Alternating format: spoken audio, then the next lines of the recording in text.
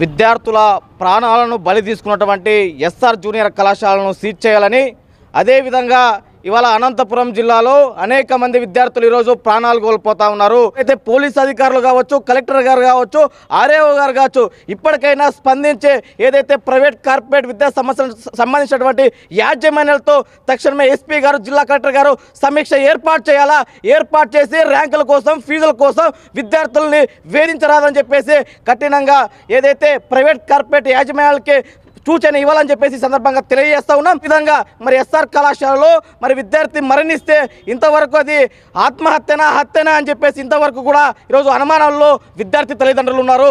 ఇవాళ ఎవరైతే ఆర్ఏఓ గారికి విజ్ఞప్తి చేస్తూ ఉన్నాం, డిమాండ్ చేస్తూ ఉన్నాం, ఇప్పటికైనా మీరు కఠిన చర్యలు తీసుకొని ఇలాంటి మరణాలు మరీ పునరావృతం కాకుండా అరికట్టాలని చెప్పేసి ఆర్ఏఓకి డిమాండ్ చేస్తూ ఉన్నాం. లేని పక్షంలో పెద్ద ఎత్తున ఆందోళన కార్యక్రమాలకు శ్రీకారం చుడతాం.